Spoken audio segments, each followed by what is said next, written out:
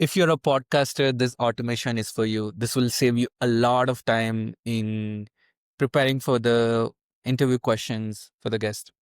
So if right now this automation triggers when a LinkedIn URL is pasted on a Slack channel, but you can also trigger with if you're collecting that information as a Calendly link form submission. You can trigger based on that. In here, I'm putting some guardrails in place that, okay, if it's not a valid URL, don't trigger the automation.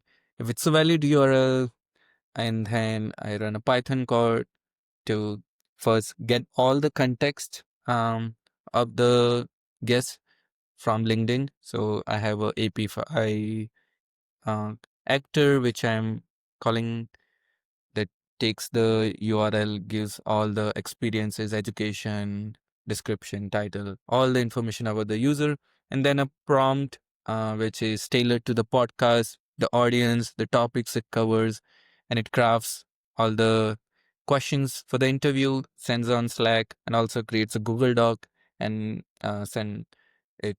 And it's pinned on the channel so you can see every time a new guest is added. You just maintain the same Google Doc.